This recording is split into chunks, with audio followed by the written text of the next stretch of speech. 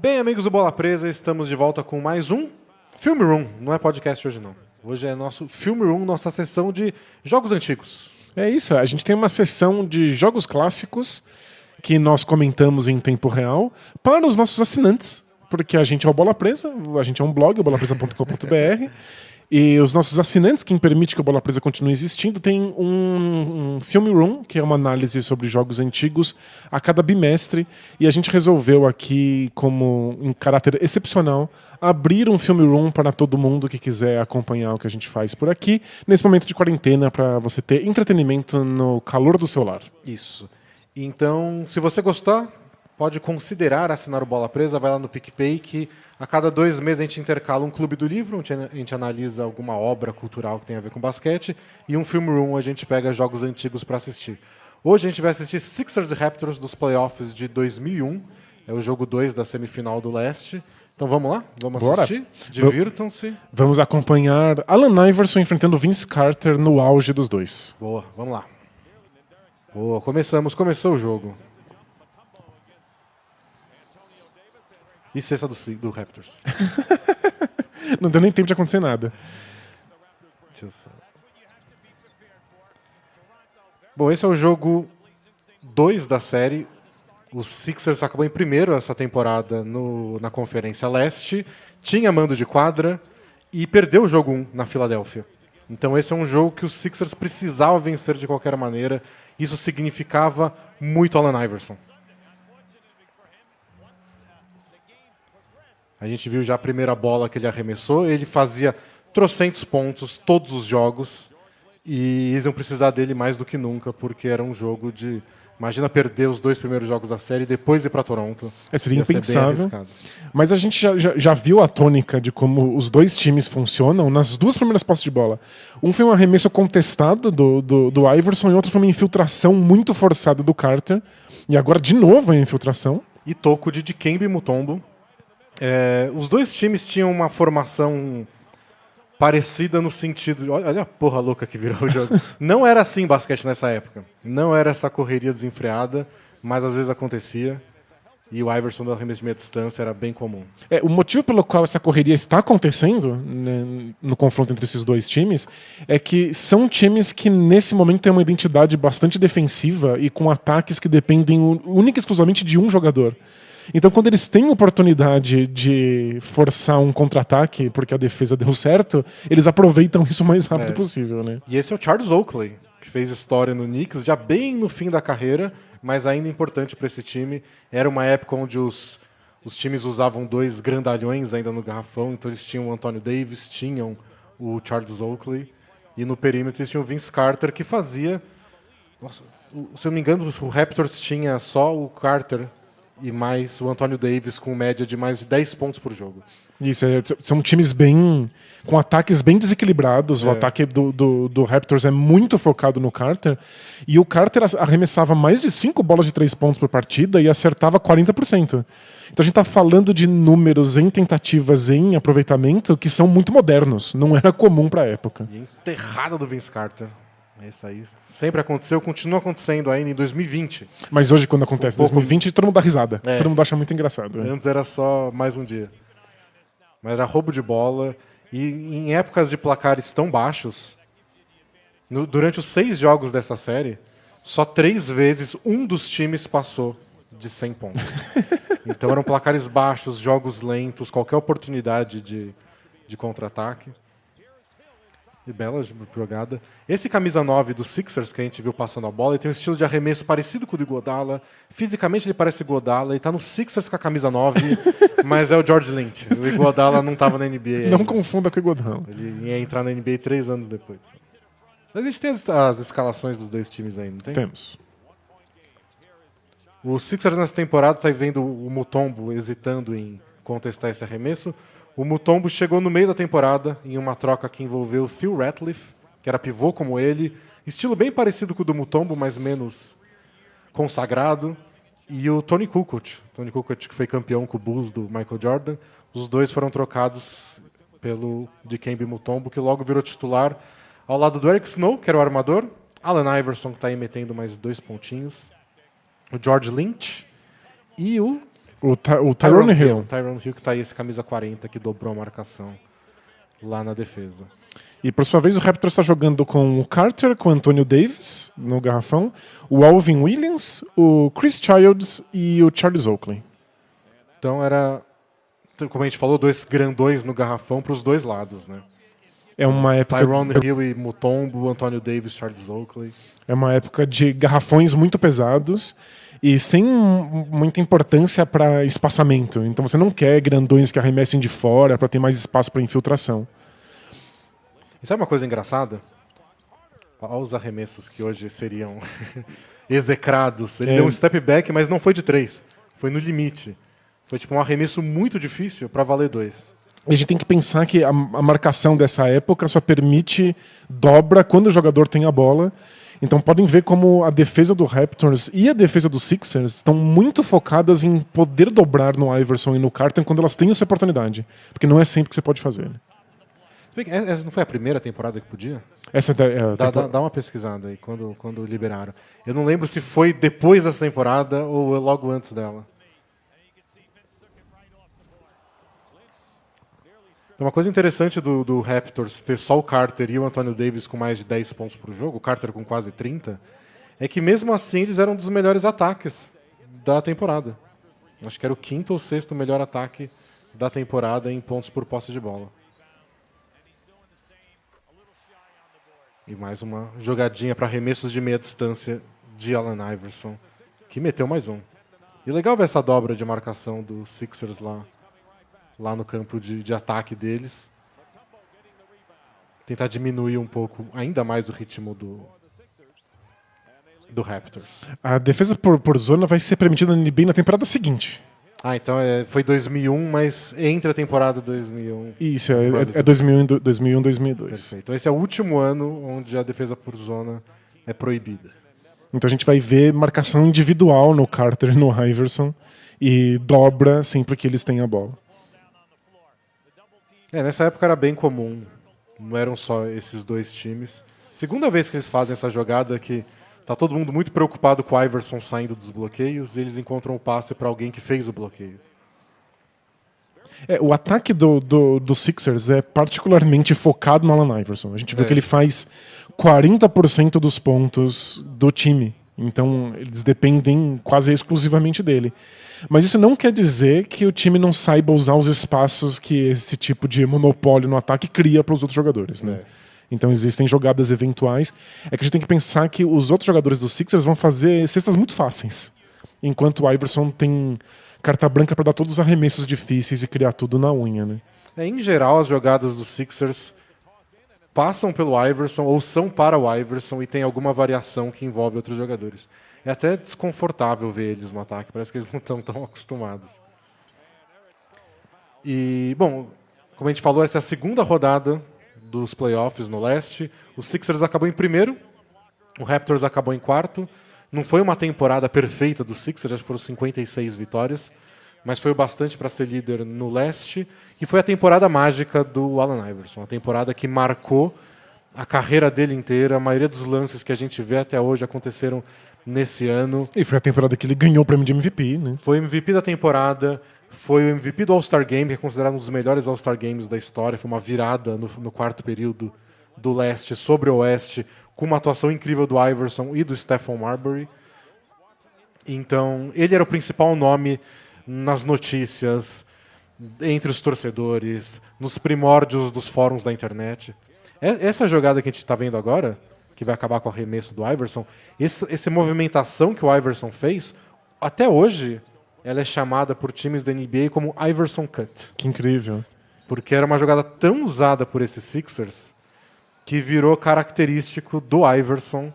E hoje, quando um time faz isso, é tipo, não, ele fez um Iverson Cut, esse corte. Hein? É legal que você corta de um lado para o outro da quadra, não em direção à cesta, e aí você recebe um passe, mas o seu defensor está em movimento quando você recebe o passe. E aí o Iverson tem essa possibilidade de ou ele continua o movimento ou ele corta para o outro lado para fazer uso do fato de que o defensor dele está desequilibrado.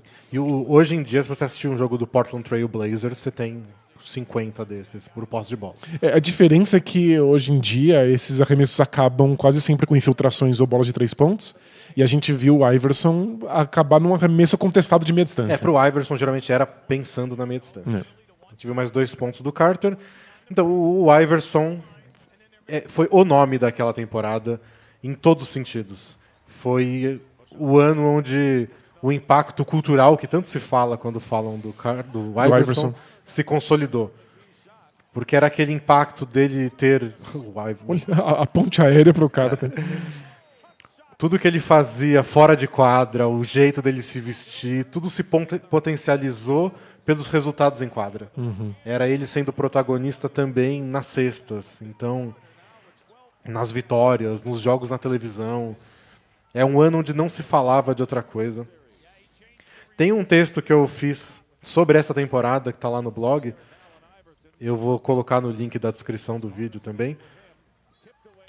A comparação que eu fiz foi com, aqui no Brasil, naquela época que o Neymar estava prestes a sair para a Europa, que era assim, você assistia a televisão, tinham 3 propagandas com o Neymar. E você ligava a televisão, era o que o Neymar fez? Para onde ele vai jogar? É muito mais do que o esporte, né? Plantão ao vivo na casa do Neymar, porque parece que o empresário do Barcelona entrou lá. E você não consegue falar o que era o futebol brasileiro naquela época sem falar do Neymar. Até se fosse pessoas xingando o Neymar. Sim, faz sentido. Pessoas falando que ele não era tudo isso. Todas as conversas são sobre, mesmo que não sejam a favor, não estejam fazendo uma apologia. Era comentarista dizendo que o Ganso é melhor que o Neymar. Tipo, ele era o parâmetro para tudo. E nessa época o Iverson tinha um quê disso, de tudo é sobre ele. E é difícil de explicar para quem não acompanhou na época. Só ver o jogo antigo não conta essa parte da história. E ele é uma figura tão grande que a gente viu aí uma posse de bola anterior. O Sixers mal conseguiu cobrar uma lateral, porque toda a defesa do Raptors está interessada em impedir que o Iverson receba a bola. E daí ele recebeu a bola e já fecharam 5 caras em cima dele. E entraram em quadra agora há pouco o Aaron McKie, no Sixers, que é um dos poucos cestinhas, com muitas aspas, além do Iverson, que foi eleito o melhor reserva nessa temporada. Então ele é um cara importante, bem importante para esse time. É engraçado como esse Sixers é montado, porque são vários jogadores que cometem pouquíssimos erros e que tomam poucas decisões em quadra.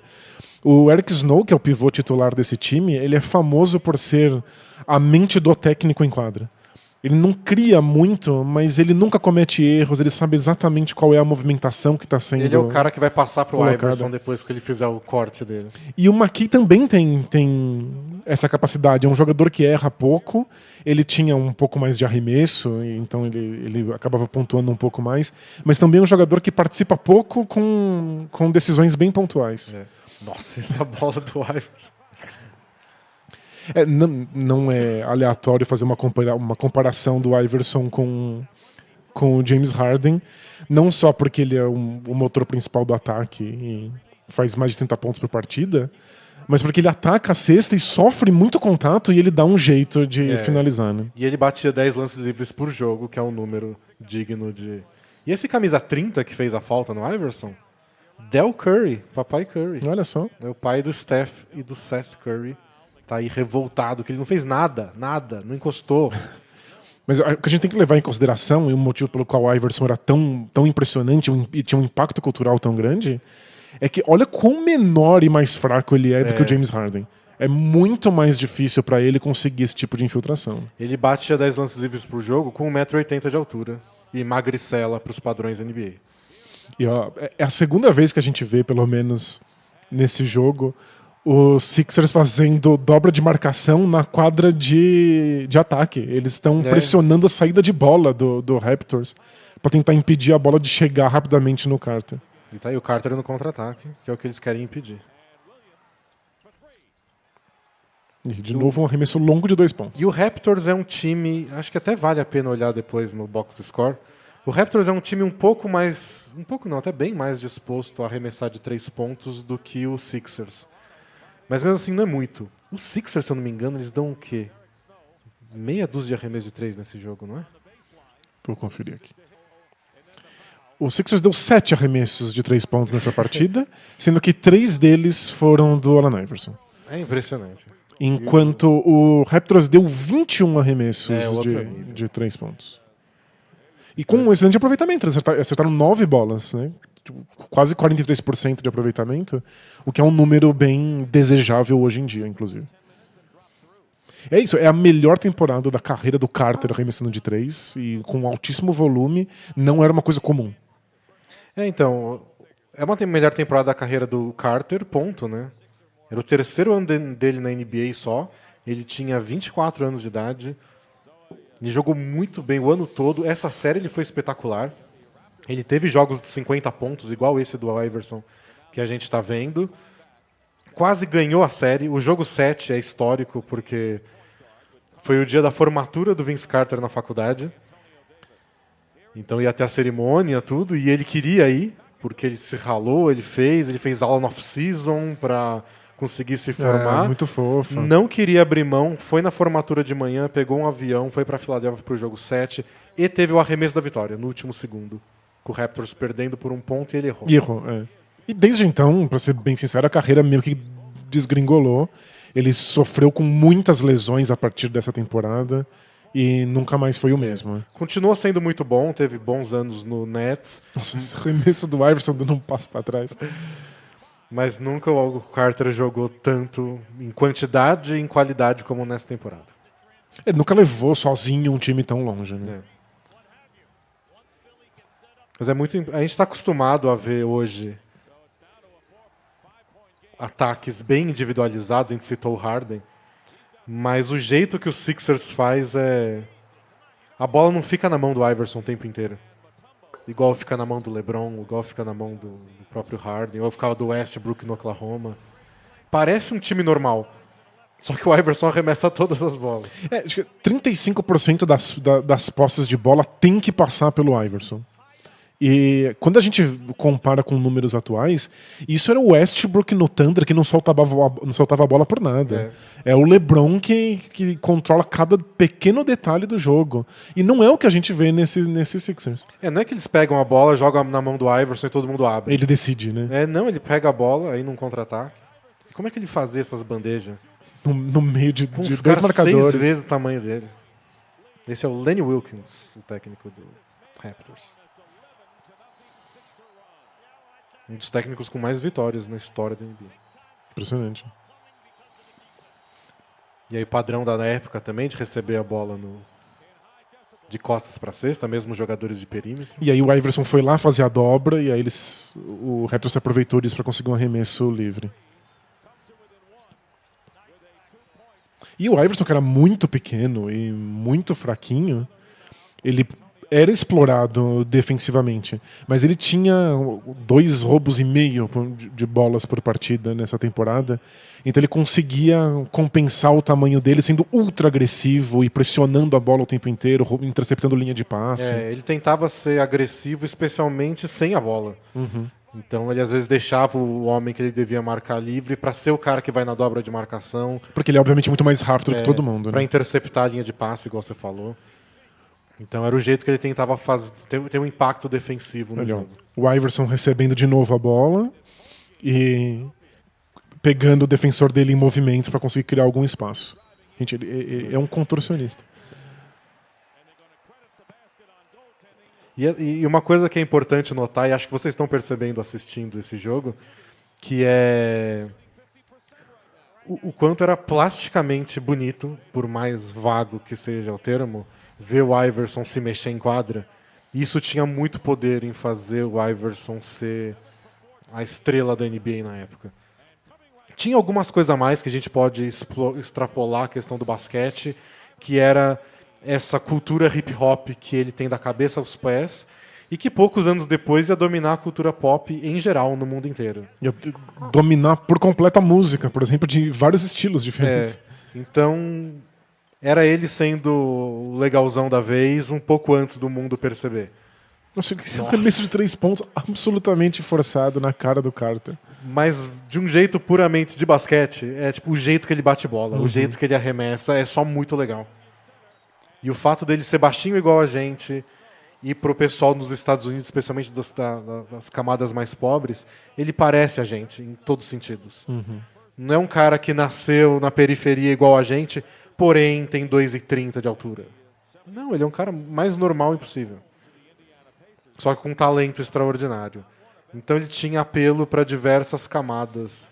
Ele popularizou aquilo que a gente conheceu por muito tempo como streetball, que é um basquete de gente normal driblando, e esse basquete de atitude, e não um basquete que tenha a intenção de ser eficiente, né?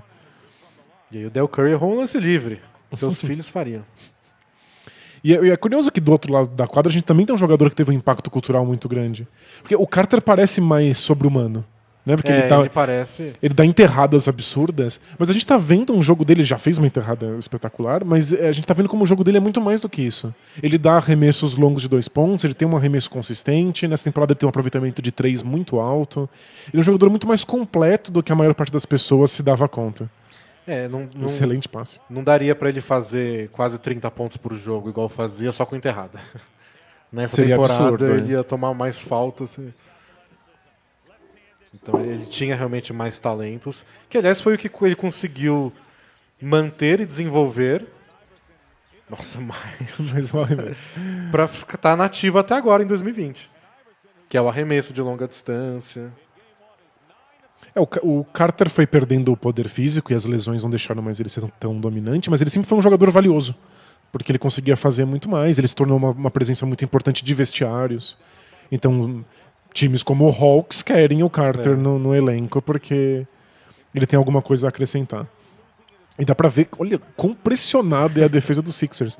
Mas é uma defesa tão agressiva que às vezes cede uns arremessos muito fáceis. Né? Eles dobraram no Carter lá fora, até pra não deixar ele no mismatch com o Todd McCullough, que é esse pivôzão branco. Então o Sixers tinha essa defesa bem agressiva, que foi o segredo deles para essa temporada. Nos anos anteriores, o Iverson era um grande pontuador, mas só parecia que não era o bastante.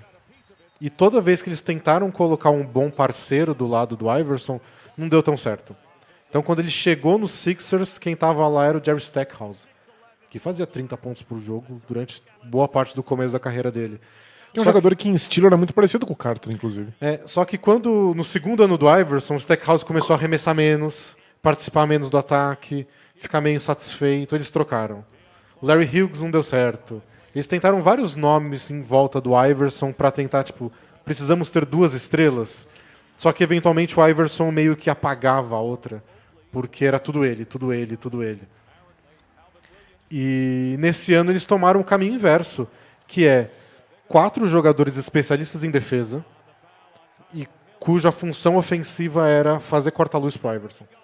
E que cometem pouquíssimos erros, que estão sempre nos lugares certos.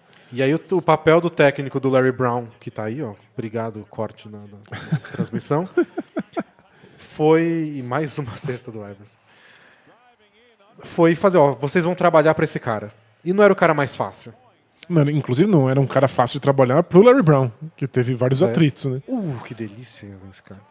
Você não pode tirar os olhos do Carter quando ele tá cortando pra cesta, né? Porque o Iverson é do tipo de cara que não queria treinar, como diz a famosa entrevista do Practice. Tá falando de treino? Não que importa o que eu faço no jogo. Então ele faltava em treino, ele queria um tratamento especial e você tinha que convencer um time inteiro de que vocês vão trabalhar para ele. Ele tá agindo como uma estrela porque ele é uma estrela. E todo mundo que é adulto, profissional, tem que... Tá bom, senhor. Eu vou fazer tudo para ele. E nessa temporada deu certo. Nessa temporada todo mundo topou a brincadeira. Tem até um número legal de que o Iverson fazia... doeu essa no Carter. O Iverson fazia 40% dos pontos dos Sixers. E a média, nessa temporada 2000-2001, do cestinho das temporadas, era fazer 30 pontos do time. 30% dos pontos do time. Ou seja, ele tá 10%, 10 pontos a mais, é muita coisa. A gente tá vendo os efeitos de uma marcação dupla em cima do Iverson diminuto. Vê como ele é pequenininho perto dos defensores. Né? E foi falta no Iverson ainda. E nesse jogo, Spoilers, hein, pessoal? Tem o placar aí do lado também. Ele vai fazer 54 pontos e o Sixers fez 97. Não é que ele fez 54 porque eles enfrentaram o Wizards e marcaram 140. A gente tá muito mal acostumado, porque a gente vê jogadores fazendo 50 pontos hoje em dia, mas os placares são muito inflados. As regras são diferentes, os times jogam muito mais rápido. Tem mais bola de 3, mais posses de bola, mais chances de dar arremessos. Então, fazer 50 pontos na época do Iverson era muito mais raro e complicado do que hoje em dia. A gente separou uma listinha aí, né? Com Tem- quantos jogos de 50 ou mais pontos ocorreram na temporada 2000-2001, somando temporada regular e playoffs? Foram 12 partidas, então só 12 vezes um jogador fez 50 pontos ou mais. E desses 12, a gente tá falando de 4 vezes o Allen Iverson fazendo isso. 2, se não me engano, nos playoffs. É impressionante. Uma sendo esse jogo. Se a gente passa para a temporada atual, a temporada 2019-2020, que sequer terminou ainda, vamos ver se ela vai terminar, já aconteceram 20 vezes. Pois é. Na temporada passada, 2018-2019, foram 24. Então, hoje é bem mais comum, é bem mais fácil. Naquela época era mais complicado chegar a 50 pontos. E se você muda um pouco a conta e coloca 45 pontos, o Iverson já tem, sei lá, mais 4 jogos. É impressionante. Ele ficou com 48, 47. E é claro que isso tem a ver com o estilo de jogo do Iverson, com o talento dele, com a capacidade dele de fazer esse tipo de arremesso super difícil, mas tem a ver com o fato de que o Larry Brown acreditou nisso. Acreditou que um time que fosse comandado por esse tipo de estilo de jogo pudesse chegar longe, e de fato chegou, já que o Sixers vai chegar nas finais da NBA nesse ano. Eles vão passar pelo Raptors em 7 jogos. Na final do Oeste, eles vão passar em 7 jogos de novo pelo Milwaukee Bucks. Na época que eles tinham Sam Cassell, Ray Allen, Glenn Robinson, Que era um time bem legal. Anthony Mason. Era um time legal. E era um confronto divertido porque era o oposto do Sixers. Nossa, que... Tá vendo porque o Iverson arremessava tanto. Então. Quem tentou um ganchinho ali foi o Dikembe Mutombo, que é um gênio defensivo e, obviamente, tinha problemas sérios no ataque. E o Tyronn Hill errou enterrado. E aí o Eric Snow vai voltar. Eric Snow virou notícia uns 2 anos atrás, quando publicaram uma foto dele em algum treino, trabalhando com um dos times, e ele engordou tipo uns 100 quilos. E aí tem uma foto que é bem difícil reconhecer ele até. É um dos fatores que às vezes esquecem de falar das dificuldades da aposentadoria de atletas profissionais. Como vários deles ganham peso muito rápido. Né? Você para de estar treinando em altíssimo nível, né? É normal. Eric Snow, para quem acompanha, não acompanhava nessa época, mas começou a acompanhar um pouco depois, foi companheiro do LeBron James no Cleveland Cavaliers, nessa mesma função de armador burocrático. Que logo o Cavs percebeu que dá a bola na mão do LeBron logo. Você não precisa. Corta o intermediário. Mas é legal ver nesses Sixers como sempre tem um intermediário, né? Como o Eric Snow e o McKee têm papéis importantes até a bola chegar no Iverson, como a gente viu agora. E é pra olha, isso, né? Olha o medo de que o Iverson remesse. Você não pode dar de jeito nenhum o espaço. Mais uma para acabar o segundo quarto. E era só muito legal. Esse negócio que ele usava, o sleeve no cotovelo, já começou o terceiro quarto. Gente, é instantâneo. Essa versão do vídeo do Hardwood Classics é bem veloz. E passe pro Mutombo aí. O Iverson queria arremessar, mas virou uma assistência. Você tem que contestar o arremesso longo do Iverson, mas olha a velocidade com que ele corta para a cesta.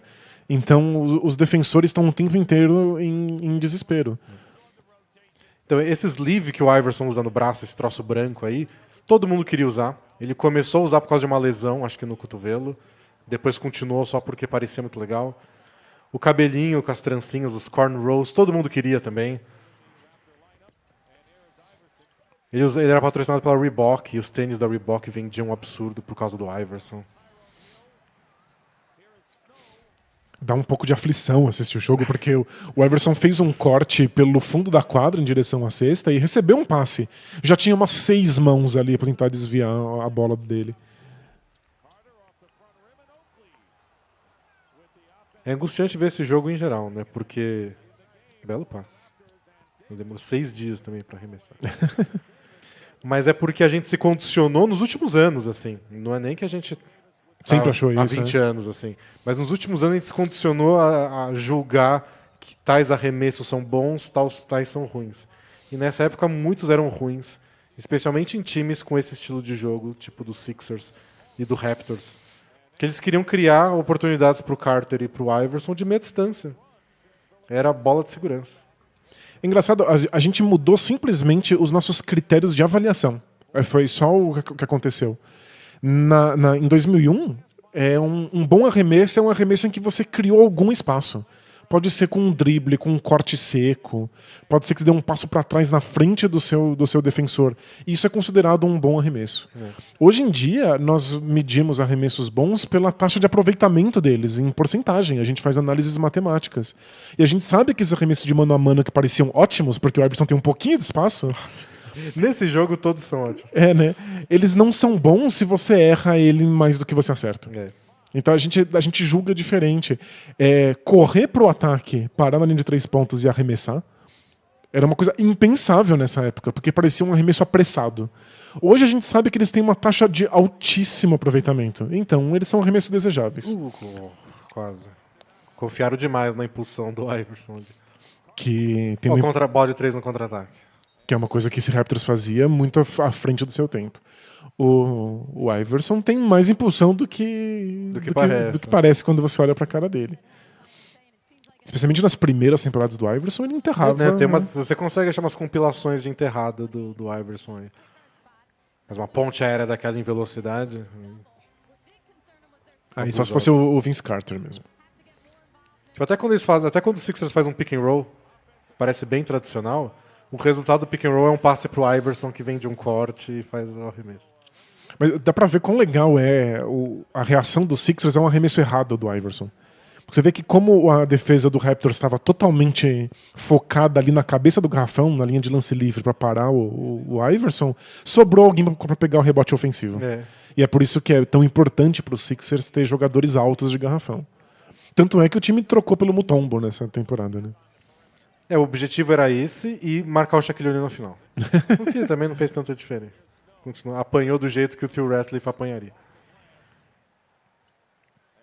E foi uma troca arriscada. O Phil Ratliff nessa temporada, que era o pivô titular dos primeiros 50 jogos, era o segundo cestinha do time, fazendo ponto desse jeito aí, né? Rebote ofensivo, tudo mais. Uns ganchinhos. E líder da NBA inteira em tocos. E eles fizeram questão de trocar pelo Mutombo mesmo assim. Mas o Mutombo era o grande pivô defensivo daquela época. Então... Se alguém tinha alguma chance de parar o Shaquille O'Neal, ia ser o Mutombo.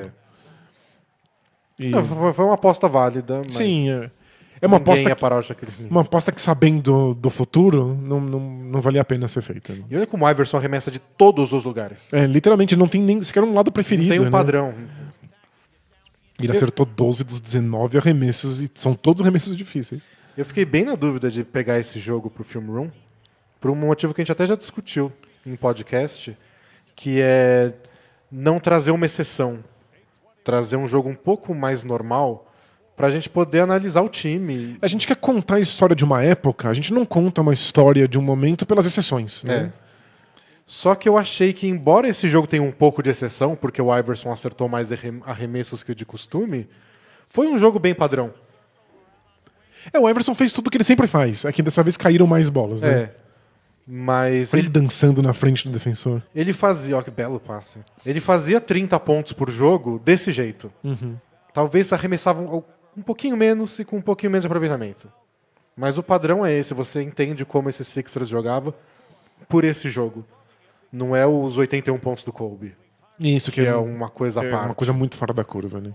Eu achei que essa partida dá pra entender como esse Sixers atuava, só que com o bônus de ver um dia mais inspirado do Iverson, que deixa a reprise mais prazerosa pra gente também. E como a gente viu, o Iverson de novo sofrendo marcação dupla, e aí ele abriu mão do arremesso de meia distância por um passe. E ele era um passador bem acima da média em momentos de pressão. Ele não era um desses jogadores que cria o espaço para os outros companheiros e está sempre passando, mas ele era capaz de passar a bola quando ele não tivesse a opção do arremesso. Coisas que a gente aprendeu, que a gente não dava tanta bola até nessa época, e que a gente aprendeu ao longo dos anos, é que tanto o Iverson, quanto o Kobe, quanto o Tracy McGrady, que eram os 3 principais cestinhas da NBA nessa época, eram ótimos passadores. É verdade. Mas não era do interesse de ninguém, dos times, dos técnicos, dos jogadores, Que eles passassem. explorassem isso. Não era esperado deles, não era o que era pedido para eles. Quando foi pedido, eventualmente, o T-Mac mais no fim da carreira, o Kobe um pouco depois, quando ele jogou com o Gasol, passe bom atrás de passe bom. O Tracy McGrady ele foi pedido já no finalzinho da carreira dele para ser armador principal. Né? E ele foi ótimo. Ele foi ala, ele jogou de small forward quase a carreira toda, né? E nessa série em especial, o jogo 7, que é aquele que eu comentei que o Vince Carter errou o último arremesso, foi um jogo bem tenso, de placar baixíssimo e... Nossa, mais um...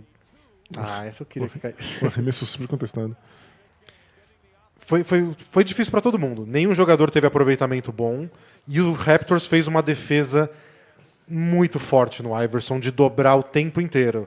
O resultado foi que o Iverson acertou acho que só 6 arremessos, fez 20 pontos, mas deu 16 assistências. Então ele tinha essa capacidade.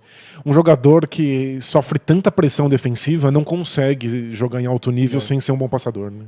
E o objetivo, é claro, a gente viu essa jogada, o passe que ele deu pro George Lynch, quando ele não conseguiu infiltrar.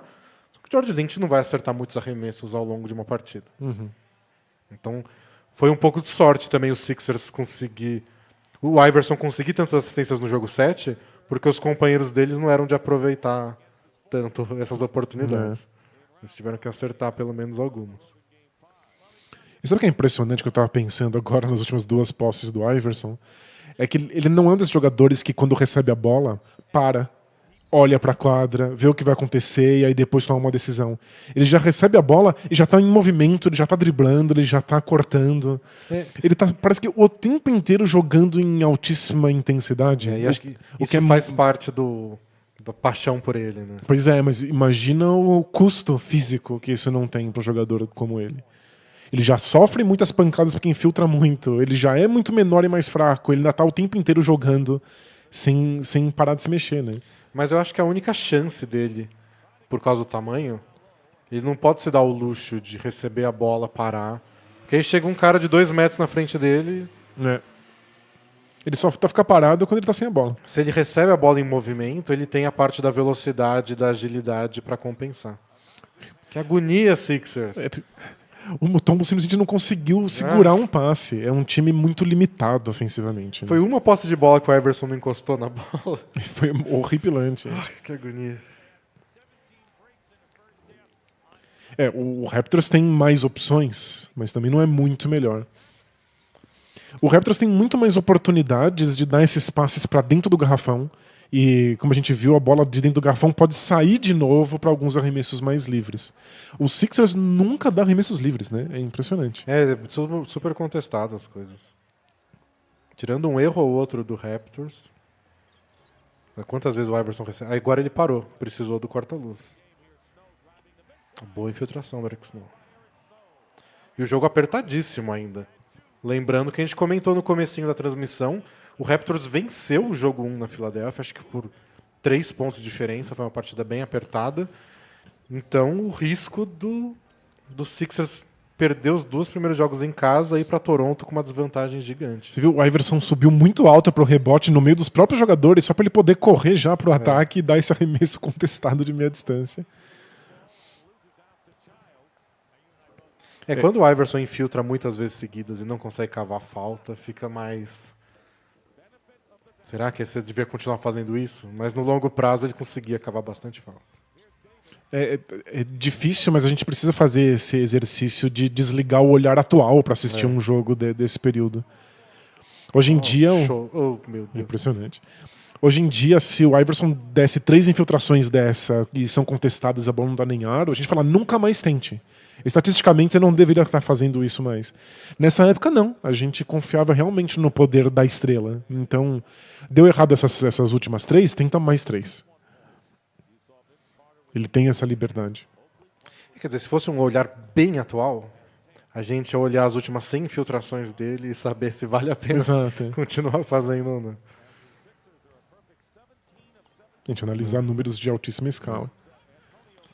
E você viu nessa marcação quadra inteira que o Sixers fez de novo, só que dessa vez sem a dobra, como os jogadores de defesa tinham mais liberdade para encostar nos jogadores de ataque.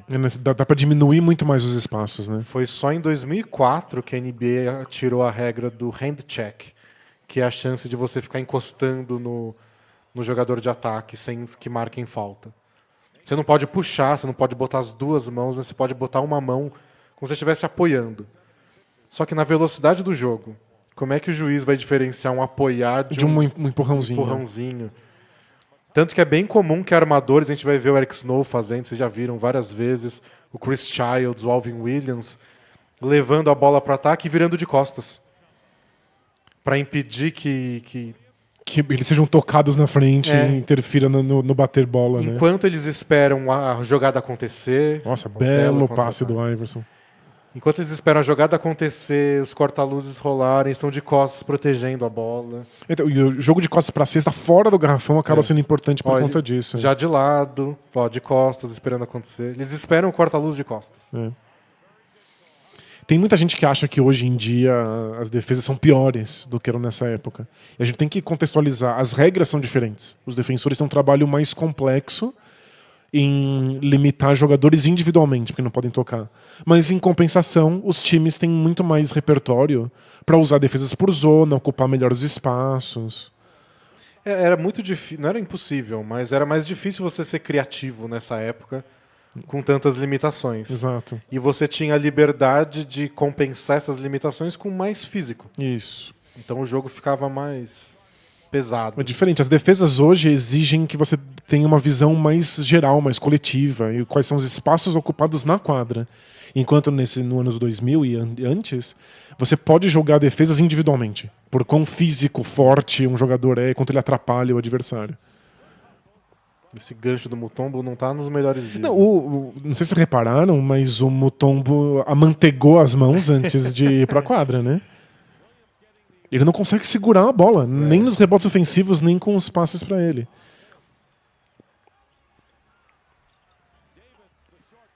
Mas vendo alguns desses ataques do Raptors, o meu instinto é falar, joga a bola pro Carter. Eles acabam... Isso é absurdo. Esse Raptors, nesse momento, né? O Raptors insiste muito nas bolas no garrafão. Muitas vezes eles têm arremessos de 3 pontos possíveis e eles passam para dentro, porque é um time que tem muito tamanho. O Anthony Davis é um jogador que tem bastante repertório perto da cesta. Mas você vê as bolas que o Carter acertou, tipo a última que ele fez na cara da defesa, e na posse de bola seguinte ele não recebeu a bola. E não é necessariamente ruim isso, mas vendo a condição do resto do ataque do Raptors, você fala, abusa um pouco mais do Carter aí, porque o resto não tá tão inspirado, não. A gente viu lá em cima a camisa aposentada do Bob Jones, ele virou notícia há pouco tempo, né? Porque a camiseta aposentada dele é a 24 e ele que liberou pro Joel Embiid usar a 24 em homenagem ao Kobe. O Embiid ligou pro Bob Jones para pedir autorização. E a gente viu aí a defesa dos Sixers de novo, com 1 milhão de mãos desviando a bola. E aí o street ball do Iverson, queria ver mano a mano. Uma bola de 3. Uma bola de 3 dos Sixers na zona morta. O Jermaine Jones, se eu não me engano, né? Ele mostrou agora há pouco uma estatística que eles tinham 1 de 3. De 3 pontos no jogo inteiro. E tá acabando o terceiro quarto. É tipo 1 minuto da vida do Klay Thompson.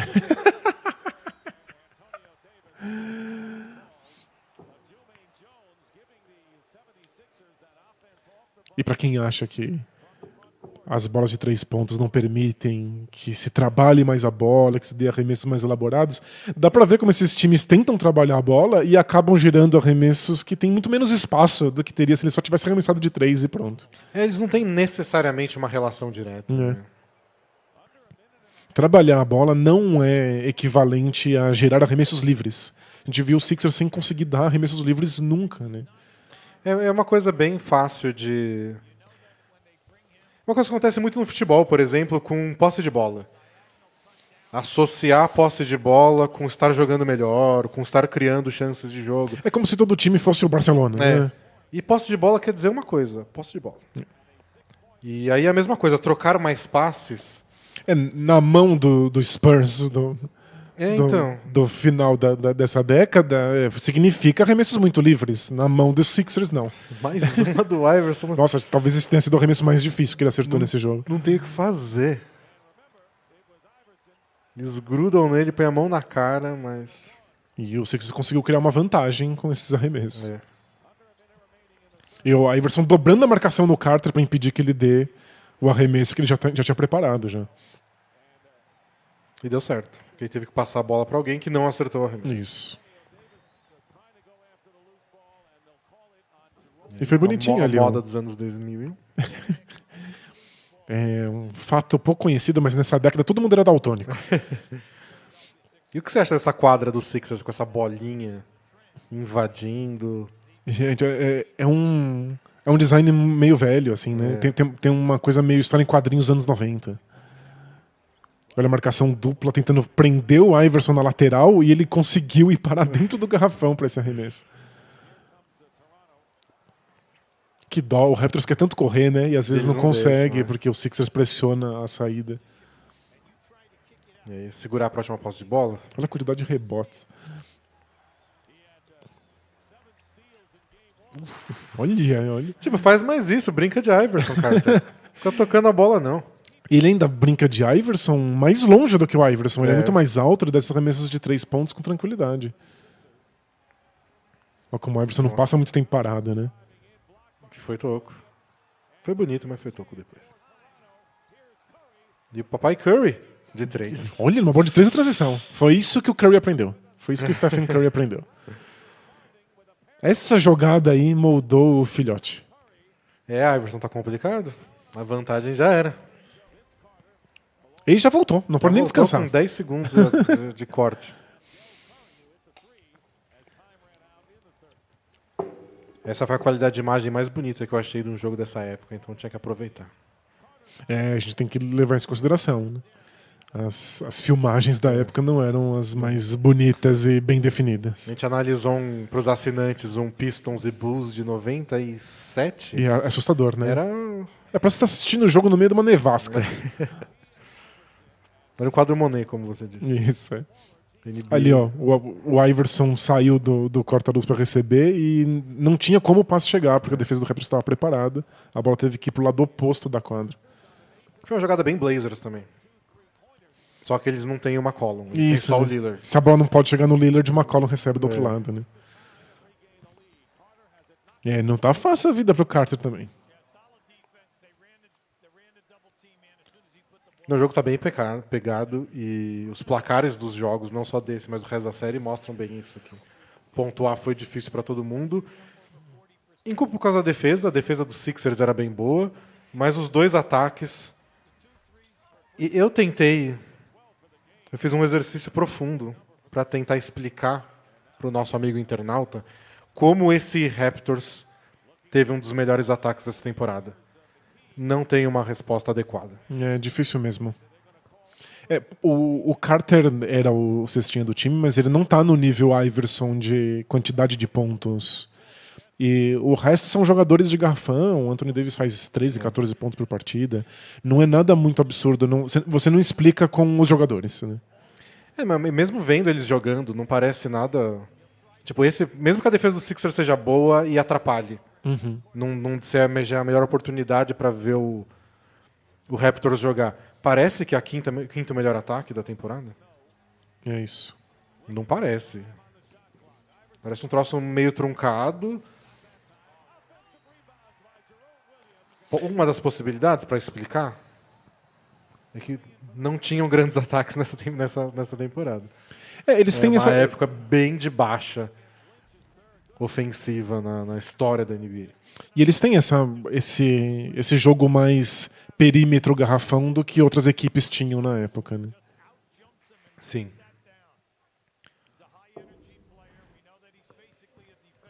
Eu estou escrevendo uma continuação daquela série sobre a história tática da NBA.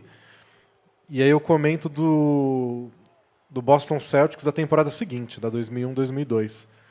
E de como tinham vários times que se você olha hoje, eles parecem um pouco à frente do tempo deles, mas que se você reconta a história da NBA, não vale tanto a pena porque ninguém deu bola. Uhum. E o Raptors arremessar um monte de bola de 3 tem um pouco disso. Talvez eles sejam um ataque melhor que o resto porque eles arremessam mais de 3. Só por isso. Só porque os arremessos que eles dão valem mais pontos. Eu tô vendo aqui, eles tiveram o 6º melhor aproveitamento em bola de 3 pontos nessa temporada. Então isso já alavanca o ataque deles mais do que a gente imaginaria na época. Porque o exemplo que eu dou é o Celtics de 2002. Em 2002, um time da NBA dava, em média, 13 arremessos de 3 por jogo. 13. O Celtics dava 23. Nossa, então eles estão muito fora da curva, isso tem algum efeito. Né? E era um time que todo mundo achava muito fraco. O elenco era meio fraco, era Paul Pierce, Anthony Walker e eles chegaram na final do leste. Só que ninguém associou uma coisa com a outra. Claro, né? A gente não tinha informações o bastante. O overachieve deles de fazer mais que o esperado não é porque eles estavam dando os arremessos mais eficientes. Não existia isso. A gente não tinha esse critério para analisar o que estava acontecendo. Mas vendo hoje, talvez seja essa a explicação. Talvez simplesmente ter o Anthony Walker, que arremessava muitas bolas de 3 pontos, tenha tornado eles um time especial. Né? Então talvez o Raptors tenha isso também. Arremessar bem de 3 pontos façam eles parecerem melhores do que eram. Tem um bom aproveitamento nesse quesito. Mas eu gosto desse Raptors, de como o Carter sempre tem uma opção de passe dentro do garrafão. Não é o melhor dia dos jogadores. Então. O Jerome Williams nunca foi um grande talento ofensivo. Mas ele sempre pode passar a bola. Não é sempre que a gente vê o Iverson tendo opções de passe quando ele infiltra, né? E esse é o momento que a gente lamenta que no ano anterior o Tracy McGrady tenha saído do Raptors. Era para ele estar aí como fiel escudeiro do Vince Carter. Eita. Entregar 2 pontos de graça assim com o jogo empatado no 4º período é... Esse é o tipo de jogada que parece uma aberração, mas se você assistiu o jogo inteiro, você percebe que o Sixers está tentando isso desde o primeiro minuto de jogo. Eles sempre pressionam a saída. Aí uma vez isso dá certo no 4º período e você muda a história do jogo. Nossa, essa bola do Carter. Defesas muito frequentemente vencem pelo cansaço. Você continua fazendo uma coisa e o adversário se sente tão pressionado que uma hora, lá no futuro, ele comete um erro. Aquela mesma jogada Blazers e agora a bola de 3 do Iverson. É quando o defensor dele tá achando que ele vai infiltrar porque ele já tá em movimento, ele para e arremessa. É aquele carequinha que eles mostraram no banco de reservas, pivô do Sixers. O Matt Geiger. É o Matt Geiger, personagem importante para a história da NBA dessa temporada. Mais uma bolinha de 3 aí. Foi do Del Curry? Acho que foi do Del Curry. Antes da temporada começar, o Sixers tentou e praticamente conseguiu trocar o Allen Iverson. Ou seja, o Iverson não estava levando o time para uma final e eles provavelmente iam começar de novo, né? E eles chegaram a acertar uma troca de 4 times. Deram falta?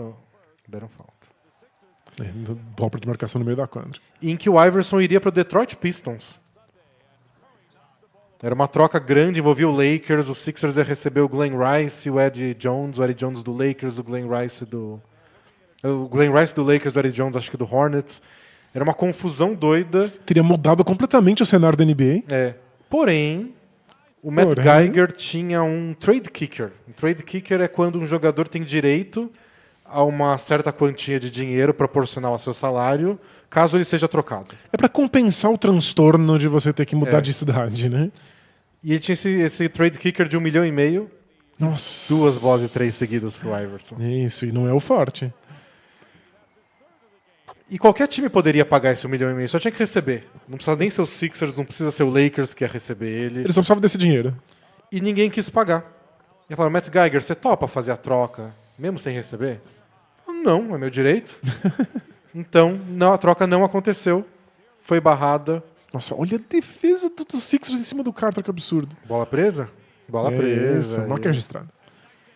Ou seja, o Matt Geiger querer receber 1 milhão de dinheirinhos bloqueou uma troca que teria mudado a história da NBA.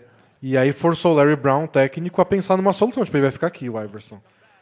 E eles montaram esse time totalmente em volta dele. Eles criaram uma relação próxima, que era difícil nos anos anteriores, eles brigavam bastante, mas depois desse ano eles se apaixonaram pelo outro. E foi uma das histórias de sucesso da carreira dos dois. O Larry Brown, até hoje, em entrevistas, palestras, ele fala desse trabalho como se fosse o que ele tem mais orgulho, mesmo ele sendo o cara que foi campeão pelo Pistons em 2004. Ele foi o técnico responsável por bater o Lakers na final com Kobe, Shaq, Malone. Mas desse trabalho em especial é o que ele tem mais orgulho pela relação com o Iverson. E esse Sixers é muito pior do que era aquele Pistons. Nem comparação. É um time limitadíssimo, que é um milagre ter chegado na final. E parte do milagre é o Iverson estar fazendo esse tipo de coisa com um técnico que tornou isso possível. É. E ele falou, você quer um time só pra você? Eu vou montar um time só pra você. E o Iverson respondeu com uma temporada muito mais até disciplinada do que o padrão dele até então. Disciplinada de esforço, de defesa, de participar dos treinos. Eu tava vendo uma coisa aqui, a gente viu o Iverson meter aquelas 2 bolas de 3 pontos consecutivas, né? Nessa temporada, ele teve 32% de aproveitamento nas bolas de 3. É abaixo do número mágico dos 33%. Se você acerta 33%, você já é melhor que você arremesse bolas de 3 pontos do que você arremesse bolas normais de 2, que você acerta 50%. E 35% é a média da NBA ao longo da história. Isso, o que significa que vale a pena. Tá no padrão. Mas o Iverson tá ali, assim, no limite do arremesso de 3 pontos dele valer a pena. Mas a gente não sabia na época. Todo mundo temia esse arremesso dele. Nossa, isso foi um toco que valeu? Caço. E, ó, é sempre esses passes pra dentro do garrafão e alguém em alguma das pontas do garrafão. Mutombo.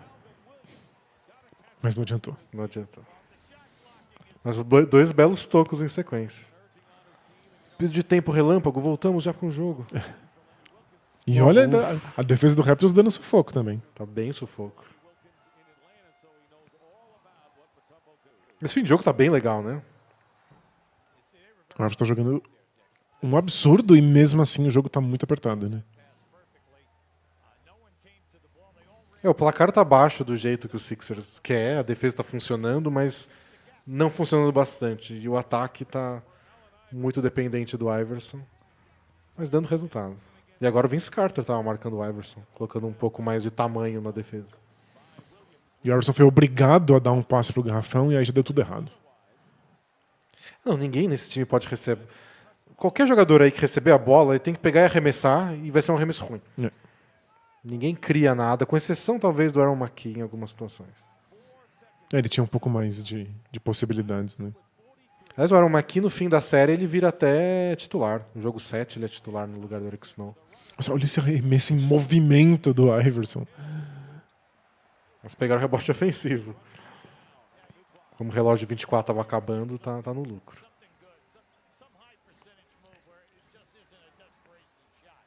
Pick and roll. E aí tem 3 defensores na linha de lance livre. Ele foi contornando todo mundo, um por um. Eventualmente ele encontra algum espaço para um arremesso. E também, nunca é um arremesso fácil.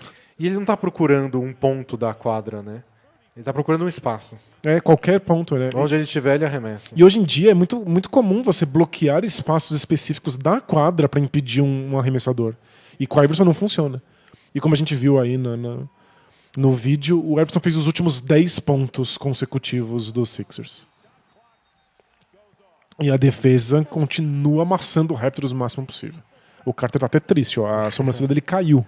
Parece que a cara dele tá derretendo de tristeza. E Droga, falou o a gente treinador. viu aí um close no palavrão. Poxa vida. As pessoas só xingam quando a câmera chega muito perto, né? É tipo jogador de Lady futebol Murphy. que só cospe quando a câmera dá close. Nossa, tá. É muito impressionante. É como assistir um acidente de trem, assim, não dá pra não olhar. Porque às O vezes Iverson batendo pra cima de 3, 4 defensores. E às vezes acaba como um acidente de trem, né? Porque ele tá sendo atropelado Pois no final por algum cara com 3 vezes o tamanho dele. Ela doeu neles também. E o Iverson tava sempre lesionado, mas era um jogador que sempre jogava mesmo assim. Ele sempre tinha uma pancadinha ali, uma pequena lesão no ombro, uma no joelho, uma no tornozelo. Ele estava jogava. sempre em quadro. A longo prazo, não sei se foi bom para ele. Então, outros tempos, né? Hoje em dia não jogaria, hoje em dia ele teria minutos mais controlados. O Iverson, volta e meia, jogava um jogo inteiro, sem descansar um único minuto. Nesse jogo ele jogou quase o jogo inteiro. Não sei se tem aí no box score quantos minutos foram. 28 pontos pro Carter, 47 pro Iverson. O Iverson arremessou 12 bolas a mais que o Carter nesse momento do jogo. O Iverson jogou 47 minutos e 46 segundos. Ele descansou 15 segundinhos. 14 segundos, é pior ainda. O bolinho é importante pro Raptors. Charles Oakley, um veteranaço já.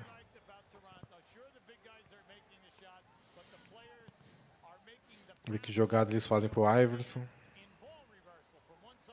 Ele passou por 4 bloqueios e recebeu a bola. Parou, infiltrou contra 2. Boa defesa do Raptors. Né? Ele, inclusive dobrou no Maqui. Como a gente viu, o Maqui já acertou um arremesso de 3 pontos zona morta e ameaçou outro. Ou seja, ele arremessa, a defesa do Raptors respeita. Eles conseguiram chegar em 2 lá e sem dar espaço para o Maqui tentar o passe para quem ficou livre. E o Larry Brown não está muito feliz. Calma lá, rapaz. Foi exatamente o que ele falou. O Aaron aqui livre. Mas ainda não dava mais. Estava acabando os 24 segundos também. Seria muito legal ver uma estatística de quantas vezes tem 2 ou mais jogadores caídos no chão enquanto esse jogo acontece, né? Tem muita trombada. É um jogo muito apertado dentro do garrafão, já que não se arremessa tanto de 3. Você vê, o Vince Carter tem mesmo. Você vê quando ele tenta os arremessos mais forçados dele, é com menos esforço que o Iverson. Sem dúvida. Ele sobe arremesso, ou dá um drible e arremessa. Ele é muito mais alto, muito mais atlético, né? O Iverson, normalmente, ele tem mais trabalho. Dribla mais vezes, corta, step back, corte de volta. Nossa, deu tudo errado pro Sixers, né? Ter que dar esse arremesso.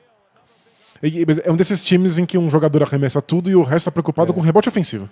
E tá dando resultado, né? Você vê que ninguém voltou pra defesa depois do arremesso. Foi todo mundo lá, tipo, vou pegar o rebote. Que o Iverson tem que driblar 2 defensores no meio da quadra. Extremamente bem marcado. Mas quase... Não, bola do Raptors. E é esse quase, né? Mesmo quando ele erra o arremesso, você pensa, nossa, ele poderia ter acertado. Deixa ele tentar de novo.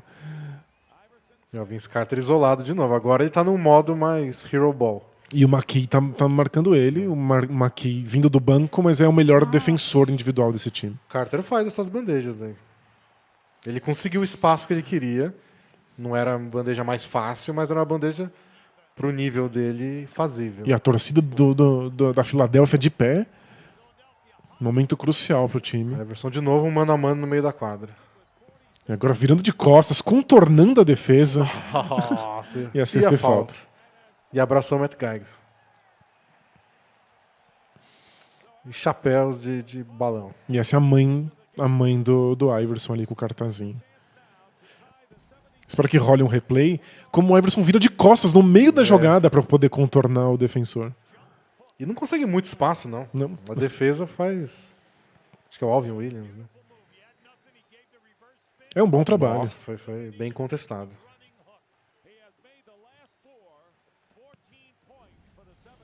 Não tinha como olhar para outro jogador. Simplesmente. Todas as coisas importantes estão acontecendo nas mãos dele. E com isso eles abriram 6 pontos de vantagem. Foi uma bola bem importante, faltando 1 minuto e 10. E aí foi uma bola 2015. Mas assim, deveria ter sido o Vince Carter dando esse arremesso. Exato. Eu acho que talvez seja um bom momento para dar spoilers. Quando você falou há vários minutos atrás que o Carter tinha 28 pontos, ele termina o jogo com 28 pontos.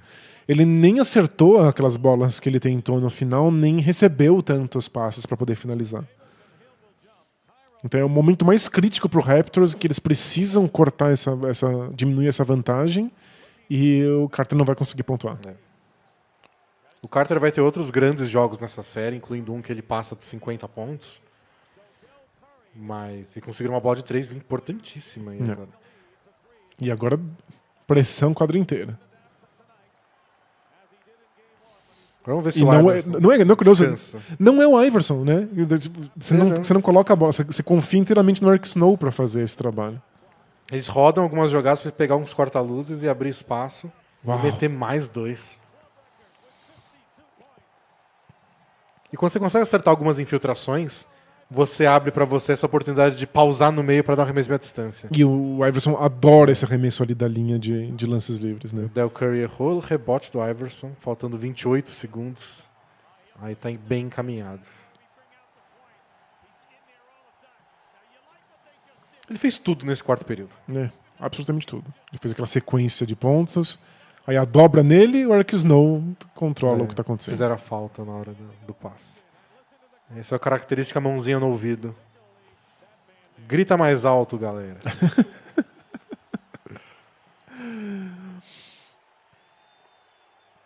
Esse jogo foi muito legal. E esse é o Rajabel novinho aqui no... Ele quase não jogava, ele foi jogar mais na final, porque ele foi o responsável por marcar o Kobe, É. já que ninguém estava dando conta. Ele se tornou um especialista defensivo depois no resto da carreira. Depois ele virou um especialista em marcar o Kobe. Uma carreira como marcar o Kobe. Foi. O que é digno, porque quantos jogadores não fizeram carreira em marcar o Shaquille O'Neal? É. E, aliás, quantos não fizeram carreira em marcar mal o Shaquille O'Neal? Depois ele foi pro Utah Jazz marcar o Kobe. Foi jogar no Suns para marcar o Kobe. E aí só chegamos aos 54 pontos do Allen Iverson. Que é uma pontuação fora da curva, mas não tanto para o Iverson. Pro Iverson ele passou dos 40 pontos inúmeras vezes nessa temporada, teve média de 30, passou de 54 vezes, sempre nesse estilo. Então vocês pegaram um filé mignon de Iverson. E já está de volta, só para garantir a vitória. Agora o Raptors vai tentar algum milagre, mas já não vai rolar. E pra gente E ter roubaram a bola ainda, para ter mais um lance livre e fazer os 97 pontos que eles têm que fazer. Pra gente ter uma ideia, o Iverson fez 54 pontos nesse jogo e o Eric Snow é o segundo cestinha com 10. Não é que teve dígitos duplos? Ele teve porque ele teve várias infiltrações possíveis porque o Iverson criou esse espaço para ele e cobrou 4 lances livres. É importante. Mas foi isso, essa é a pontuação do time. Foi isso, pessoal. Agora esse finalzinho é só de poucos pontos, mas a partida está decidida. Espero que tenha dado para ver um pouco de como era o basquete nessa época, como a gente comentou no comecinho, última temporada antes de liberarem a defesa por zona, que mudou muito a forma de se marcar jogadores dominantes como o Iverson. Uma oportunidade de assistir essa melhor temporada do Iverson, dos seus melhores jogos. E também ver um pouquinho de Vince Carter. Não foi a partida perfeita dele, mas uma boa partida, 28 pontos, com ótimo aproveitamento. Mas sabe o que é curioso? O Carter não cobrou lances livres nesse jogo, enquanto o Iverson cobrou 9. Deu pra ver, ele arremessou muito na cara da defesa, ao invés de atacar a cesta igual o Iverson faz. Mas isso também é muito mérito da defesa que o Sixers colocou.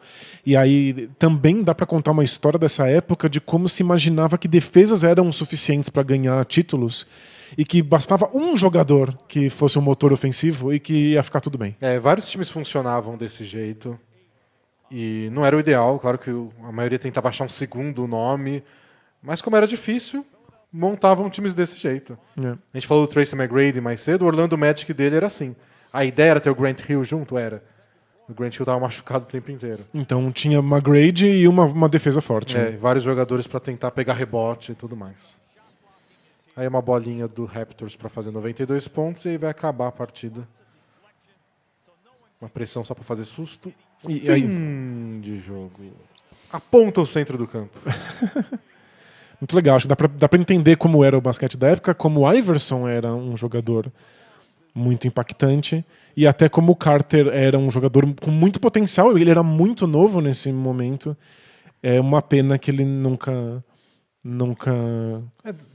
Deu continuidade, né? Porque isso foi com 24 anos. O auge de um jogador geralmente é com 27, 28, 29. Isso, se tivesse tido um auge depois disso, ele teria sido um jogador muito espetacular. As lesões empacaram um pouco. Ele depois compensou com longevidade, né? Jogando até os 40. Mas esse Carter dominante ficou por aí. Quem tiver a oportunidade de achar outros jogos da série no YouTube para ver os jogos de 50 e 40 pontos do Carter, também vale a pena. Boa. Mas para quem é fã do Iverson, deve ter aproveitado. Legal. Então é isso, pessoal. Esse é o nosso Film Room, que tem várias já versões para assinantes, então considere assinar o Bola Presa Isso. lá no PicPay. É só baixar o PicPay no seu celular, procurar por Bola Presa e assinar a gente por 14 ou 20 reais por mês. E além disso, a gente tem nossos textos lá no bolapresa.com.br, temos o podcast, que está sempre no agregador de podcasts favoritos, no Spotify ou aqui mesmo no YouTube. É só assistir os nossos bastidores. Então acompanhe o Bola Presa aí durante essa quarentena que a gente está tentando produzir conteúdo mesmo sem basquete novo. Isso, então o importante é que vocês continuem tendo a oportunidade de acompanhar o basquete, mesmo que nada esteja acontecendo. Isso. Então valeu, pessoal. Até mais. Tchau! Tchau, tchau!